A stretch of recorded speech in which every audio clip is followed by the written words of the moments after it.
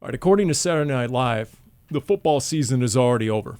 Did you guys see the cold open of Saturday Night Live this last weekend? I was made aware of that, yes. I didn't. Fill me in. Dani, Sureck, Darren, Urban, yours truly, Paulie podcast. It is Cardinals Underground, brought to you by Pacific Office Automation. Saturday Night Live says that the Super Bowl doesn't count as a real football game because it's just about the commercials and the halftime show, and that football has already ended. And so the whole skit to open it was this whole lamenting that there's nothing left to do on weekends, especially if you're a middle-aged guy and you have nothing else to do with your weekend. And then they made snide little jokes along the way that there's no other live TV worth watching. Yuck, yuck, right? Because that's what Saturday Night Live is, other than NFL football these days. Of course, the TV ratings do back that up, considering more than, the top 53 rated shows in America this last year were all NFL games. How do you feel about that concept as a non-middle-aged guy, Dani? What concept? The football one, that it's over and now we have nothing better to do. Well, it's not over. Super Bowl hasn't happened. Is that the only answer? I'm confused. Am I being set up for something? Regardless, though, Dani Quit looking so deep into this stuff. Dani always has more going on in her weekends beyond football anyway. This is true. That's a moot question either way. So that doesn't matter. By the way, speaking of this last weekend, I'm just here to say what I do with them right here. That guess what? The socks. Guess what? These didn't work. These didn't work. They didn't work. The tags are still on them, yeah, so that. Yeah, that's right. Just as proof, I did not wear them. So how much are they worth now? I did not wear them. I don't know. I should put them on eBay, perhaps. But my wife's best friend, Detroit native, sent these to me, and they were neither worn nor embraced. Well, maybe that's why they didn't work, because they weren't worn. Yeah, that's Paul. How about a little accountability? My wife, Detroit native, man, was she letting me have it in the first half of that NFC Championship game. And then by the second half, she wasn't even sitting on the same couch with me. She was so frustrated. So, as a Bay Area native, Paul, were you rooting for the 49ers? I was not, actually. And I said this, and I'll say this again. And let me say it for the record. And I'm not even believed in my own household. At Casa Calvisi, bingo card, I said that when I moved here some 25 years ago, if you're leaving your family and friends behind, if you're leaving your upbringing behind, then you most definitely can leave your sports allegiances behind. Immediately upon arrival in the AZ, I adopted the Cardinals, the Suns, the Coyotes, the Diamondbacks, right? The only thing I truly root for anymore that I have roots with going all the way back would be the alma mater. And that'll never pay off in my lifetime, as Cal has already proven. That's true. Yes. Wait, when you moved here, Coyotes were already here? They arrived the very next year after I arrived. Okay. Yes, indeed. You know how I remember that? Because were you at the unveiling of the nickname? I was not. That was pre me covering the Coyotes. I was still covering high schools in those days. So they got everyone in the auditorium and they unveiled the Coyotes nickname, except they made the minor mistake of putting the other finalists up on the board as if it's multiple choice. And so as they unveiled them, the nickname Scorpions got a standing ovation. And Coyotes got a golf clap. Ooh. And Coyotes won, as we all know. Anyway, that's sort of a marketing 101. You really don't want to make that mistake. Look, when it comes to the Super Bowl matchup, Detroit is obviously a better storyline than the 49ers. You can be objective and see how impressive it is that the 49ers getting as far as they did last year and not getting to the Super Bowl pretty much because of injuries, which is part of the game, and being able to get back here and even further this year, that's still impressive. I had a friend who's a Cardinals fan, and while she wasn't necessarily cheering for the 49ers, she wanted them to win over Detroit because she feels that San Francisco has a better chance of beating Kansas City than Detroit did. So everybody else was thinking about it playing checkers, and she was playing chess, which I thought was an interesting mindset to have watching that championship game. I get the Chiefs fatigue idea. I don't have it. It's funny because my youngest son actually was getting mad at me that I don't have Chiefs fatigue. Like, he was getting angry, and I'm like, why? It just doesn't make any sense. I'm like, what does that mean? So show of hands, who has KC and or Niners fatigue going into Super Bowl 58? I'm like halfway there. Here's why I'm halfway. I understand the fatigue. I don't fault anybody for feeling that way. I still think that this Chiefs team is more fun and more likable and more it almost feels more blue collar than when the Patriots were in their heyday, and understanding everybody had Tom Brady and Patriots fatigue when they were going on their run. I do think it's impressive what the Chiefs have done, considering they've had turnover really on offense, like key offensive pieces. And it's kind of similar in a sense to the Cardinals, where you have your quarterback in Patrick Mahomes and your tight end in Travis Kelce, and then the wide receivers have been inconsistent in their production in Kansas City. Kind of similar to the Cardinals with Kyler Murray and relying on Trey McBride, and the wide receivers didn't have a lot of production.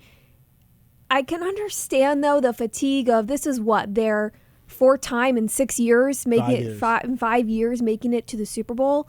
It's impressive for Patrick Mahomes, for Andy Reid. I also get if you're kind of sick of it. So I'm kind of in the middle. I agree. I don't blame anybody if they have fatigue. I don't know why it would be held against me if I didn't. I 100% agree with you that the Chiefs are, to me, way more interesting than the Patriots ever were. Now, part of that is by design. They're allowed to be interesting, and Bill Belichick didn't let his guys be interesting. Because Belichick would win a Super Bowl and then at the parade chant, no days off. Yeah, so not real interesting. I'm not a huge that's one of the reasons it doesn't bother me, and obviously some of the other stuff that are allegedly bothering people. Paul and I were just talking offline about how certain TV networks are really going off the deep end in terms of Taylor Swift stuff, in terms of like what this really means, other than just a guy dating a famous woman and having to be at a football game. But anyways, besides that, it's a lot deeper than I ever imagined. Yes. I will say that I have 49ers fatigue, but that's going to be natural for somebody like me who's covered them in the same division for almost 20 years, and you see them twice a year, and all the NFC West teams are kind of boring to me because I see them all the time. Yeah, I don't really feel much better for the 49ers going to the Super Bowl, or if they win, being like, oh, well, the Cardinals at least lost to a team that made it to the Super Bowl, or like that. I don't really feel that. And the whole Travis Kelce, Taylor Swift thing is interesting to me because I feel like when it first started, it was so exciting, right? That I don't have the numbers. It felt like we were seeing her a lot more during the games. Now I feel like we're hardly even seeing her. And personally, I don't have a problem with the camera crews going to the suite where Taylor Swift is after Kelce has a big catch or a touchdown, because they do that with a lot of family members of those big players. Maybe not as much, but really they're not even showing Taylor Swift that often during the game. And I think it was a lot more for me at the beginning of seeing things online rather than cutaways of Taylor Swift during the games. I kind of thought it was cute watching them celebrate on the field, and when Travis saw his brother Jason and his family, she kind of took a step back and let them kind of be the two of them and was trying to get out of the camera shots and wasn't really trying to get things on her. So I personally don't really have a problem with it. I think people who are rooting against the Chiefs for the sole fact that Taylor Swift is dating one of their players is, don't you have better things to spend your time on? But I guess not. Two things, my first thought is when they do show her, it's 2 seconds, just as they bounce around all the celebration shots. And she's happy and cheering. She's not sitting there with a sour look on her face. Well, when the whole suite is doing the swag surf dance, that's pretty solid, Yeah. And then you learn that, okay, KC plays that whole swag surf song at the beginning of every fourth quarter, which I was not aware of, sort of like what the Steelers do with Renegade, which we just experienced on the road in Pittsburgh. I believe we talked about that on the podcast. And then Zay Flowers mocked it after his touchdown catch. There, he got the guys together and they did the whole swag surf touchdown celebration and the whole deal. So okay, all right, here we go. Now I'm not sure how any of this turned political, but apparently it has. I was not aware of that.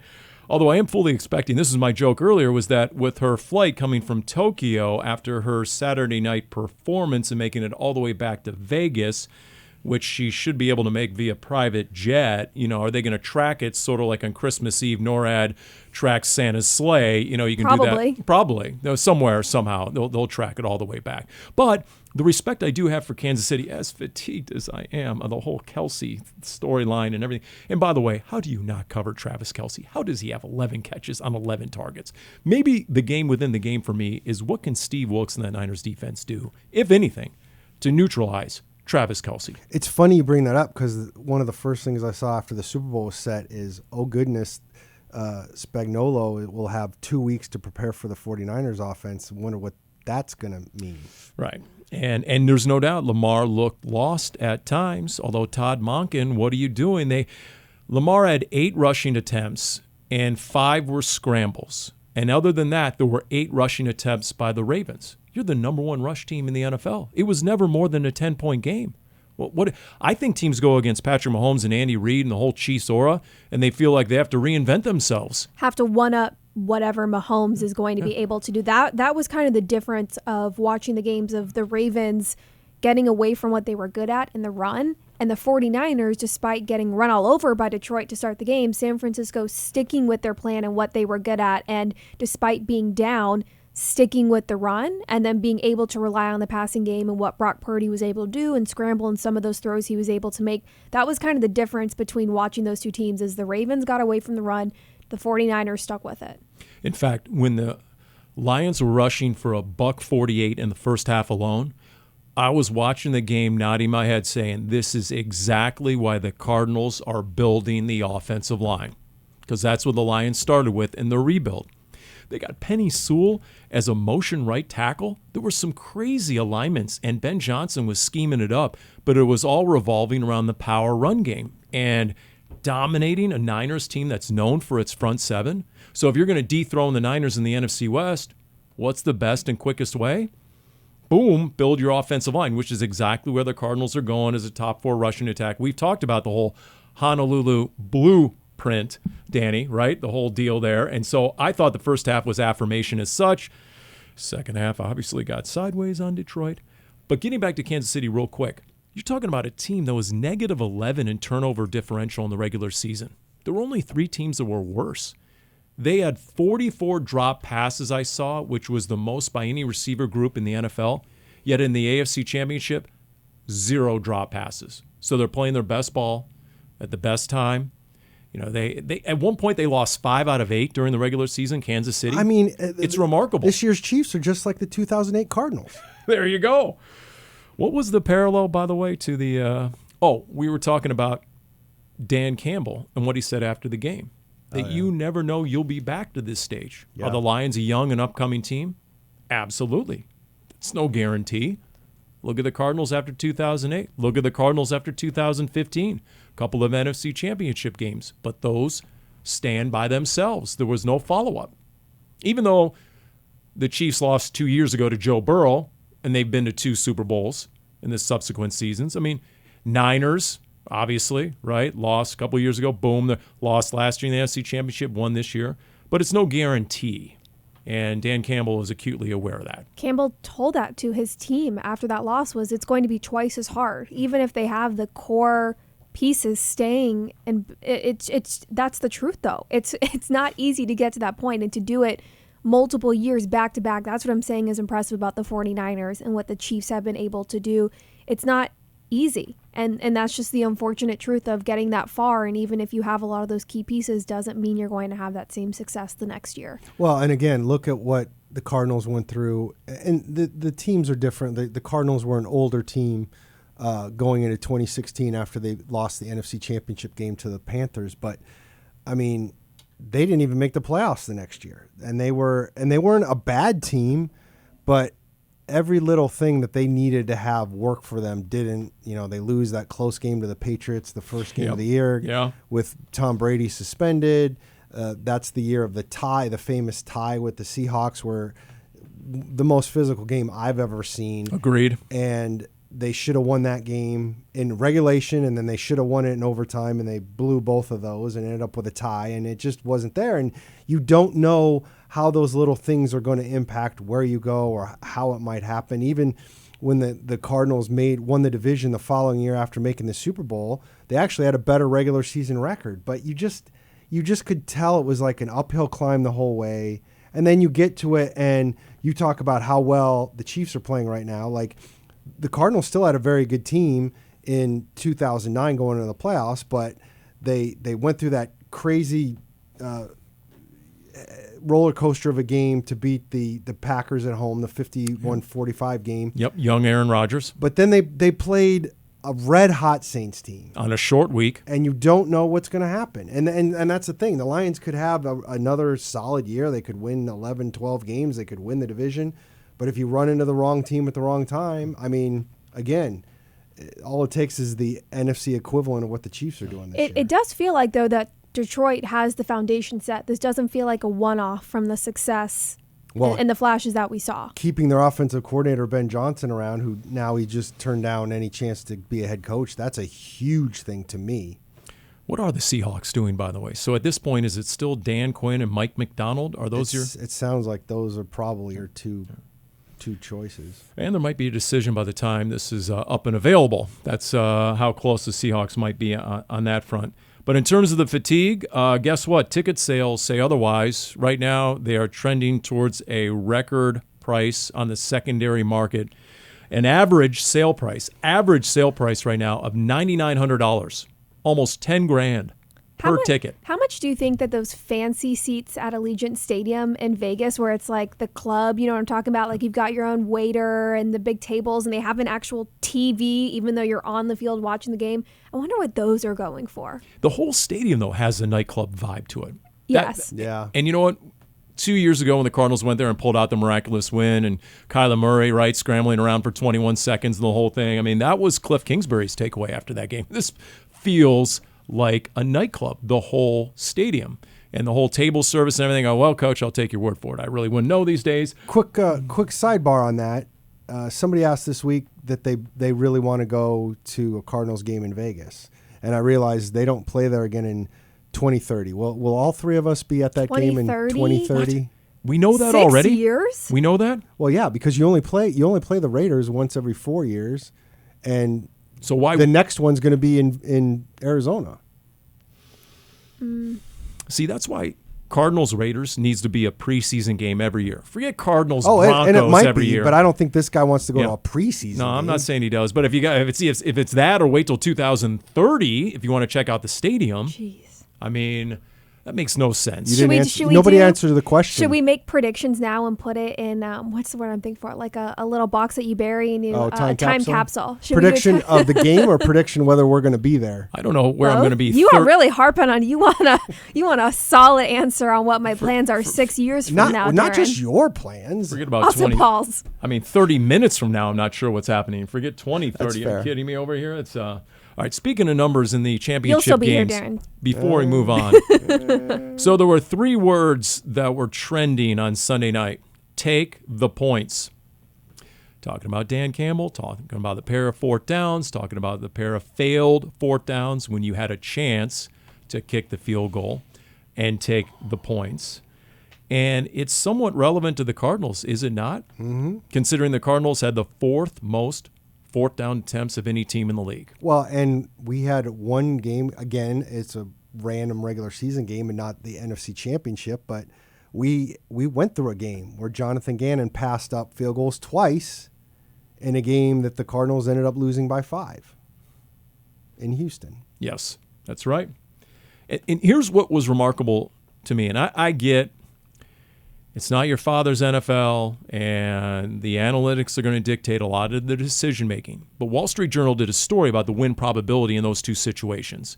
The first one, because the Lions at that point were leading, if you convert the fourth down, you have an 85% chance of winning the game. If you kick the field goal, you have an 82% chance of winning the game. There's only a spread or a difference of 3% in win probability for the much less risky kicking the field goal. Well, and then in the second one, because you're trailing, it was 28% versus 26%.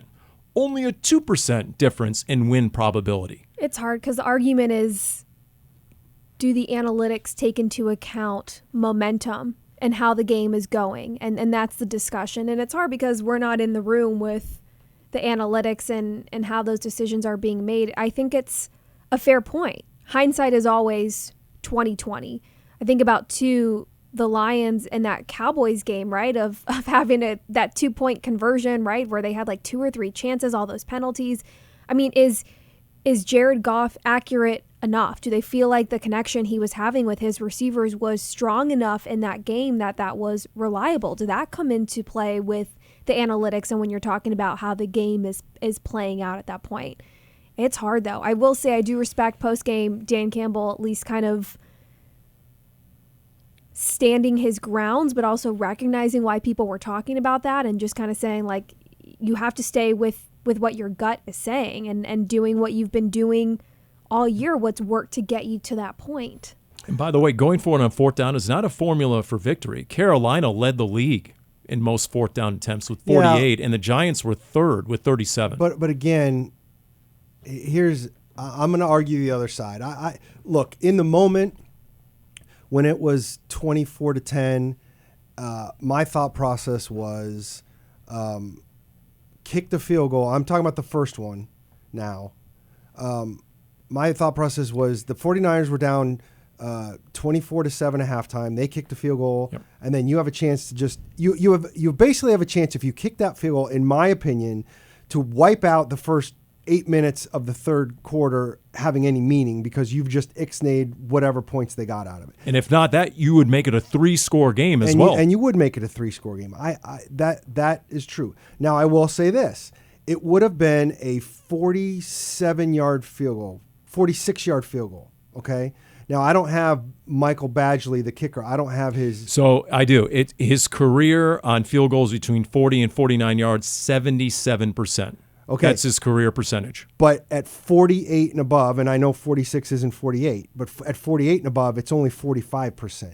My guess is if you figured out 46 and above, it's going to be noticeably lower than 77%. Because to me, there's a big difference between 40 yards and 46. And by the way, this wasn't like the game in Baltimore where it's raining and it's cold and there's wind. I mean, it was 73 degrees in the Bay Area.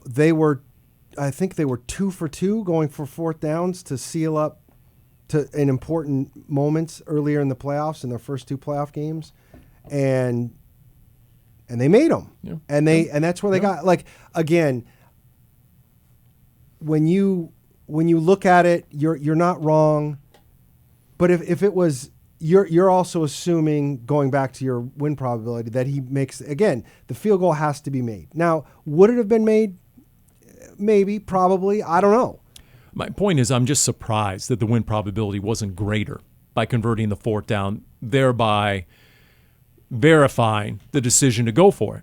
I just expected to be a greater spread. And I get it. You know, you're trying to go to the Super Bowl. You want to be aggressive. At the same time, the first opportunity, you had a chance to make it a 3-score game. The second opportunity, you had a chance to tie the game. So that's why Take the Points was trending, and it sparked a lot of debate, obviously. And it's a lot of new school versus old school. But well, I mean, I will say this. One of the things that's been disappointing to me is this argument, and it's gotten really strong. And it reminds me of some other arguments that we have in our culture these days where there's the dam breaks and then everybody just says they can say whatever the hell they want. But, like, this idea that, like, football has no business with any analytics, and this is just, come on. Like, when you tell me that, when you say that to me, you come across as disingenuous. Number one, I feel like saying, okay, let's take analytics out of the game. When I first started watching football, there was not a pro team in town. And I latched on to the Pittsburgh Steelers when I was that age. It was like the late 70s. They were really good. You're 8 years old. You're going to find a good team. My mom found me an NFL Steelers jersey at a garage sale, and so they were my team. They're black and gold. It's tough colors. Yes. Okay, so every once in a while, I would track down a VHS tape of like a live broadcast from like 77, 78, 79, right in that area. And I'd like to I kind of like watching those old games. If you watch the Pittsburgh Steelers or any NFL team, maybe except for the Chargers in those days, playing, then it's almost, you can't recognize it as football. Like, they get up to line of scrimmage. There's 1 or 2 receivers out there. There's 2 guys in the backfield every time. It's run, pass, run, pass. And all the passes, there's nothing short. You're throwing at least 15 yards down the field. It's a crapshoot 50-50 whether it gets completed. I feel like saying, wait, is this the game that analytics aren't allowed to be in? Because let me tell you something. that game you keep talking about does not exist anymore. It's a completely different game. So if we shouldn't have analytics, should Bill Walsh never have been able to do the West Coast offense? Which, by the way, when that started, everybody thought that was like bullcrap football. Like, you're not going to man up and run the ball. You're going to throw all these short passes. And come on. Bravo, Darren. That was a good rant. Thank you. And analytics are so much more than whether or not you're going for it or kicking the field. Right? It's the way that offenses or defenses are lining up, or how likely they're able to, how many safeties do you have out there, and what formations are you, like, there's so much that analytics are. It's so much more than just these field goals or 2-point conversions or going for it on 4th down or pass or run play. Like, analytics play a role in every aspect of the game now. It's similar of almost like an offensive lineman, right? You don't really talk about it unless something bad is happening. Yes. And so analytics don't really get talked about unless a situation like this, we were going for it on 4th down and people think you should be kicking a field goal, or situation what the Cardinals found themselves in a couple times this year of, are you going to kick the extra point? Are you going to go for 2 here? Are you going to try and score again later if you're down 2 scores? All of that plays a role. To me, and this is the last thing I'll say on this, which is ultimately, how do we know in 4th down, and I'm not talking about these particular 2 plays, but in 4th down, how do we know that it hasn't been wrong the whole time that you're doing it that way, where you don't go for it? One of the reasons people always used to punt is because the way offenses were, you had no chance to pick up 3 yards on 4th down because all you did was run straight up the middle. Well, I took this little blurb off NFL.com. I guess I probably should attribute it to the author. I don't know who it was, but I do agree with this statement. You guys can agree or disagree, and I know you will.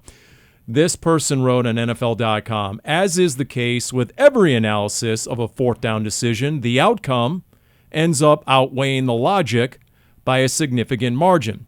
This will again be true when Campbell is criticized for his calls, but we must note that this criticism comes from a place where hindsight is the ultimate privilege. Well said. Well argued. I think that's fair. Like, again, number one, I'm not going to say there weren't plenty of people before the play. And I'll be honest, on the first one, I was sitting on my couch going, you're going to kick this, right? Like, just kick this field goal. 3-score game. Kick it. But I do think that generally the criticism of all this comes, most of it is hindsight driven and outcome driven. And you can't make decisions that way. That's called coaching scared. So speaking of it's not the same game, or there's not even a game anymore, that's my segue, Dani, to the Pro Bowl, which is going to be in Orlando, which I just found out. I thought it was still going to be in Vegas, but once again, I'm Dani wrong. wishes it was in Vegas. Paul goes, wrong. are you going to Vegas? Like, well, I'm going to Orlando. I'm like, why is she going to Orlando? Like, what's going? You could have stated the Excalibur, which is the Overflow Media Hotel in Vegas, which cracks me up. Because I went to the Excalibur with some family when it was first opened way back in the day. That wouldn't be my first choice. I don't know Vegas well enough. Is that the hotel that has, it looks like the castle? Yes. Oh, I have been there for like a show before. It's not a nice hotel. Oh boy. Okay. Yeah. Hello. All righty. Well, they're not a sponsor. The It's main fine. media hotel is the Luxor, which is the one that looks like the pyramid, correct? Yes, and I don't know if Yes. it's true or not because I saw it online. So The take that for Doritos thing? yes. Is that real? I guess. I don't know.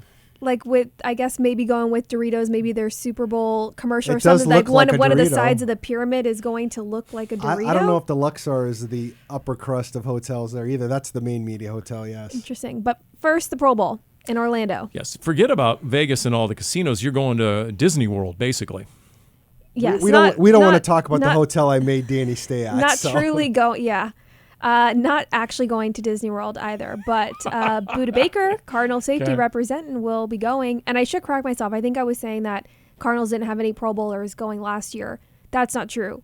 Budda Baker went, but he was dealing with the shoulder, so he didn't do a lot. So correcting myself there. But yes, Budda is representing the Cardinals. So myself and one of our videographers are going to get some content. So should be fun. Okay. Another in a series of dumb questions. Is there still a game, even though is there a flag game featuring the Pro Bowlers?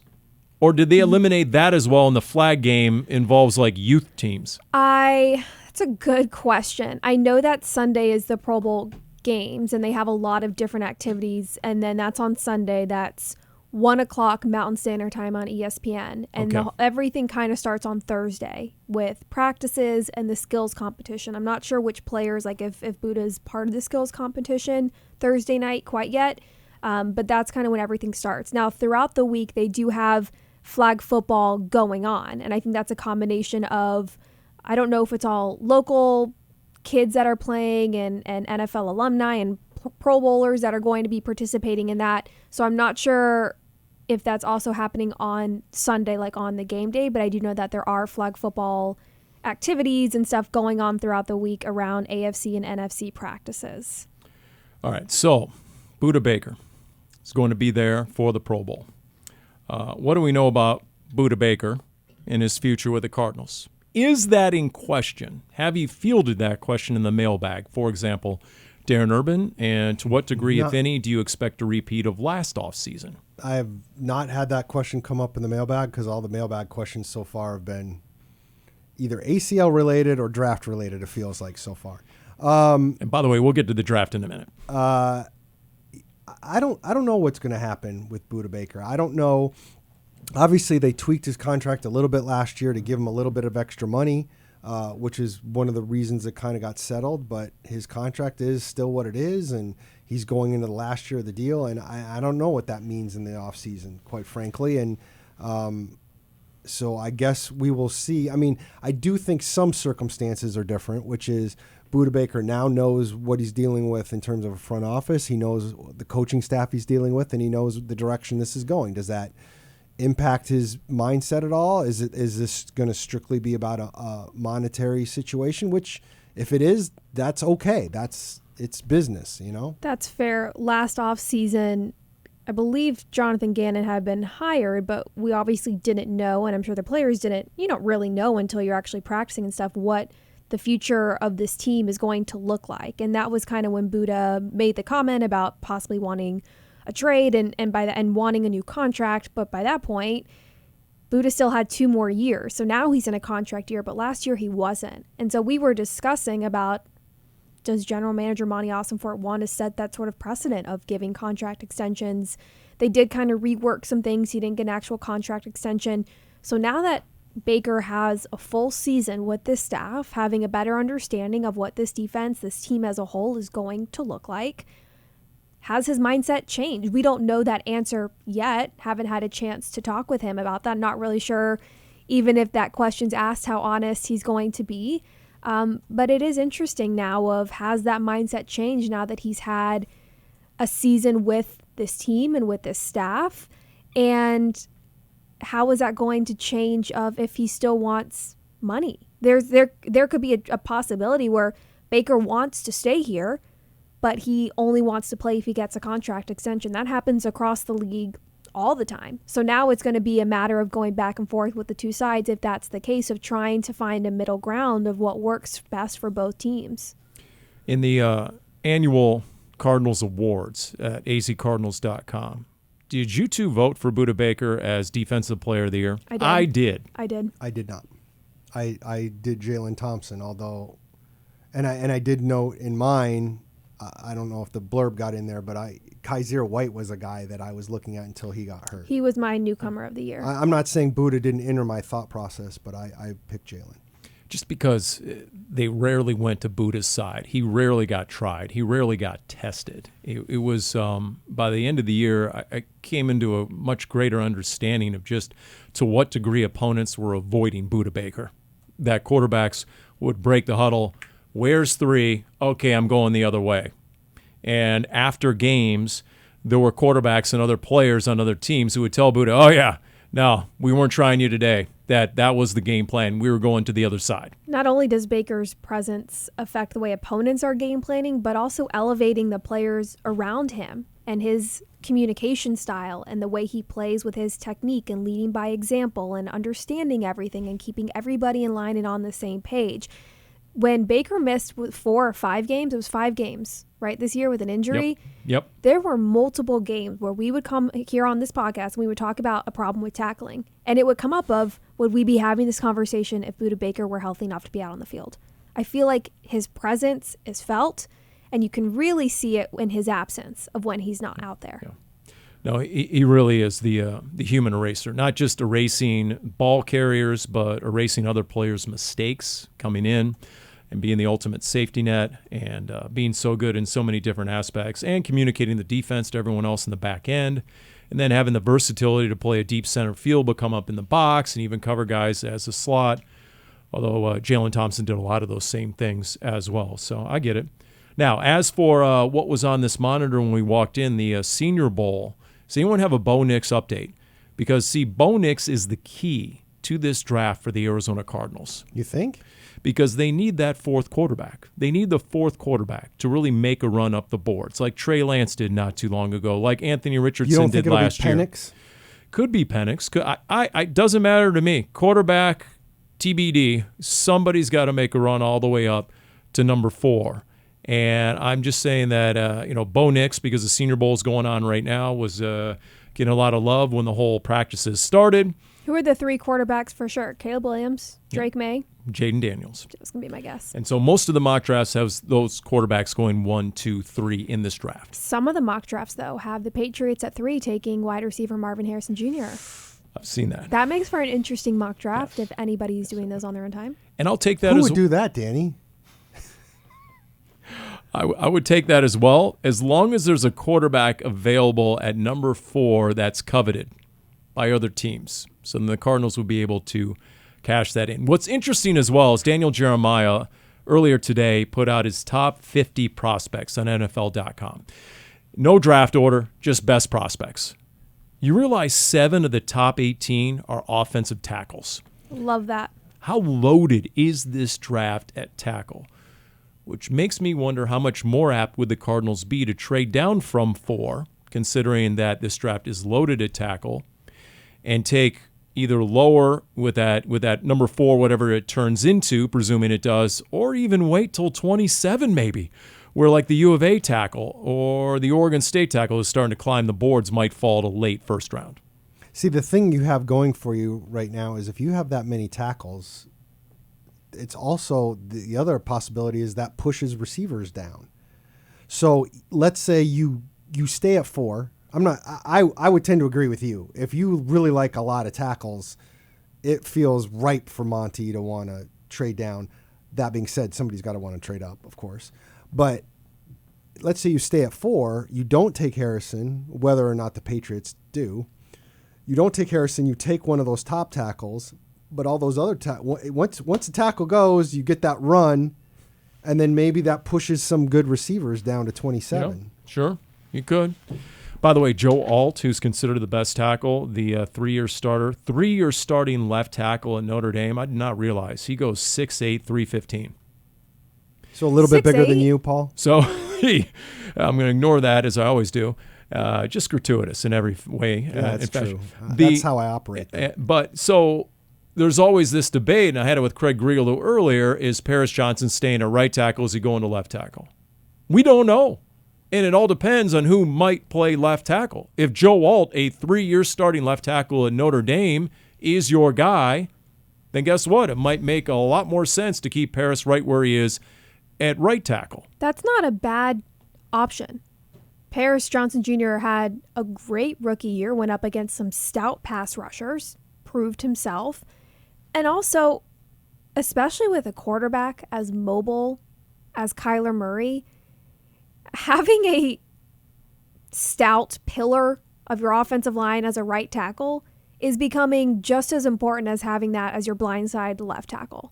It's not as much, I feel like now, of, okay, this our best offensive lineman has to play left tackle. If you can draft a left tackle that you think is going to be your future for a long time, can play very well for this organization, I have no problem keeping Paris over on the right side.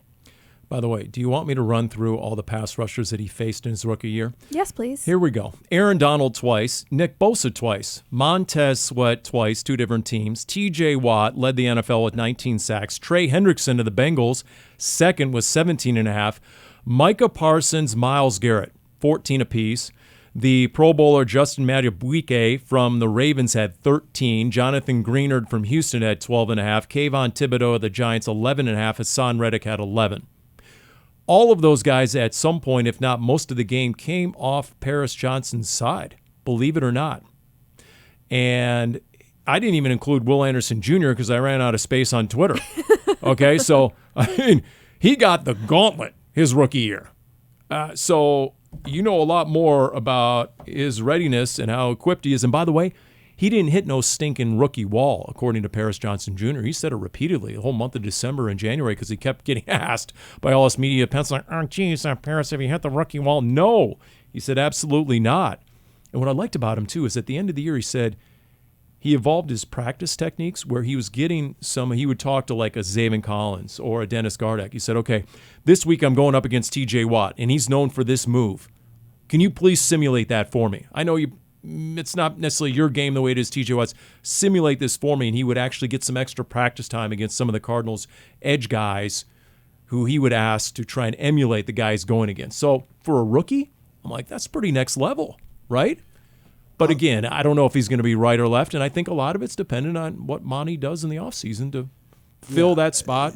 They're not gonna close the door either way on any of that stuff just because they don't have to, you know. And why would you make that call? And again, as you sit here, it's funny, but every time you start thinking, oh, it might make a lot of sense to have if Marvin Harrison's there to get him. You fall back into this argument that we're having right now, which is and after watching what the Lions did this weekend, what the Chiefs could do running the ball, and what the Ravens didn't do but normally do in terms of running the ball. I mean, I actually feel like it makes a lot more sense to argue to take the tackle early rather than the wide receiver, the more you get deep into it. Is it a cop-out to say that the Cardinals can't lose with either decision? Wide receiver or an offensive tackle up 4? All I'll say is, having followed the Lions over the last 20 years, we talked about this last week, when they were taking Mike Williams or a Charles Rogers or even a Calvin Johnson. First two were busts. Calvin Johnson was a Hall of Famer. How were the Lions with a Hall of Fame receiver, Calvin Johnson? They weren't advancing in the playoffs. So back to Darren's point, if you're going to try and be one of those elite teams, and I think Detroit finally figured it out, Brad Holmes and company, we're going to rebuild this offensive line. What I found intriguing by the Daniel Jeremiah ranking, by the way, is his number 6 prospect is a corner. Terrion Arnold from Bama, 2-year starter, 6 foot, 196, has great ball skills, they say. He's very aggressive, gets after it as a tackler, which would fit the JG, right? Check that box for JG. He doesn't want a corner. He's not going to tackle. So I wonder, I don't know if you take him at 4, but let's say Atlanta needs a quarterback, comes up from 8, and you're sitting there at 8. Do you take the corner out of Bama 8 and then get your tackle with your second first-round pick? It's funny because we sit here and talk about the possibility of Marvin Harrison. And Dani made the point that she saw the mock with Marvin Harrison going 3. I would argue that for this team, it would actually be better if Marvin Harrison got drafted before they got picked. For all the same reasons you talked about, which was it would push the 4th quarterback or the 3rd quarterback. Yep. To 4. Yep. And then there's a lot on the. I mean, you're talking about how many tackles they are. You're talking about how many receivers there are. You could easily go down to 8 and get a good tackle, and then still get a good receiver at 27 and get some extra draft capital. And maybe use that extra draft capital to make a trade for a veteran pass rusher. Possibly. Maybe. The drumbeat continues to be beaten by Dani. Yep. So, look, there's a lot to be determined, but at the Pro Bowl, Dani will get the latest, right? You'll get the inside. Absolutely. You'll figure out, what's going on over there. Paul. She's going to yell from beyond the barrier. Yep. Hey, I got a question. By the way, still the greatest path to NFL coaching success is just to be on the staff of Sean McVay. Once again. Yeah. Raheem Morris, new head coach of Atlanta. He takes the Zach Robinson, the quarterback's coach, passing game coordinator, as the OC. How about McVay? He's going to lose his DC, but that's okay because he's just going to be able to bring back the DC he had originally. Oh, that's right. And Brandon Staley. I forgot about that. Oh, geez. Break-even guy over there. Oh, boy. Okay. Yeah. That's assuming Staley goes back to the Rams. because I know there's other teams looking at him. But would that surprise you if he got No, Brandon Staley back? absolutely not. Doesn't have to sell his house in L.A. or anything. He just goes over to the Rams facility. Does it surprise you guys that Belichick seems likely to where he's not going to coach at least for this year, maybe does a TV deal and then tries to coach next year? It does not surprise me because ultimately to give up the kind of control that you would think Bill Belichick would want to have, that's a hard thing to do. And you're not just talking about front office people that are like, yeah, I agree, owner, let's bring him in. You're talking about the owner giving up control. And I don't know how many people actually want to do that. And again, it's been brought up before, hasn't had a whole lot of success the last few years. There's no question he's the greatest coach in my mind ever, but time moves on. And we just talked about it with the analytics. And I'm not saying Bill Belichick hasn't been able to morph a little bit, but maybe that's part of it too. Did you see Good Morning Football tweeted out, this is from their show, and they took a screenshot of the graphic. 5 media ideas for Bill Belichick. Number 5, fishing show with Randy Moss. Number 4, Patriots podcast with Bill Burr, a comedian and Pats fan. It's all me. And then you got number 3, Coach Cast with Nick Saban and Pete Carroll. Number 2 is like 80s and 90s Giant stuff, and they talk around. He sits and talks with Bill Parcells and Phil Simms and Lawrence Taylor. And then number 1, co-host NFL Red Zone with Scott Hansen. So those were the media ideas for Bill Belichick. Something I saw as a media day, an idea, which I think would be great, is Jason Kelsey traveling and tailgating with different fan bases and really integrating himself into their culture. I think would be so entertaining. That would be good. Sort of like half cooking show, half sort of like travel show. Sure. Right? And you're in the parking lot. He hits up a local spot, day that. before the game. Yep, I like that. No, if you're listening, don't take my idea. Maybe I'll take it somewhere and... Dani. Then you won't be here in 2030. No, you don't know that. If Brandon Staley can go back to the Rams, I could come back to the Cardinals, Darren. Dani, you should do your own tailgate show out on the Great Lawn, and every week feature a different fan tailgate. Now, I know you have pregame. If I'm on the job, I can't drink beer, and what fun is tailgating if you can't drink beer? I know it's kind of tough. You can't be two places Look, you can at still once. Have fun. You can still have fun if you're not drinking. So... I'm just saying, maybe in between the pregame show. Are you trying to kick me off one of the pregame radio shows I do with you? No, you'd be good. You'd be out there. You'd be able to handle, you're more of a person of the people. It'd be good, Darren and I are a little too salty. Should I bring Darren as my bodyguard? It'd be good. Yeah. Okay.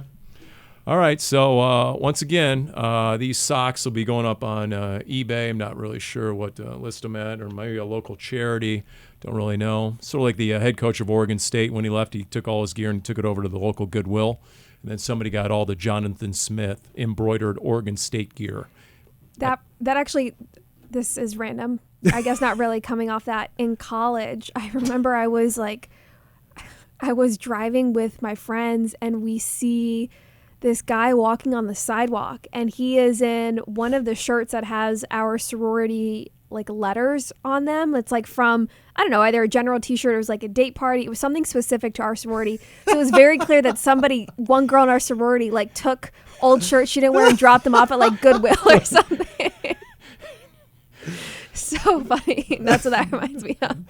And that'll do it for this edition of Can't Top That One. Cardinals Underground, brought to you by Pacific Office Automation.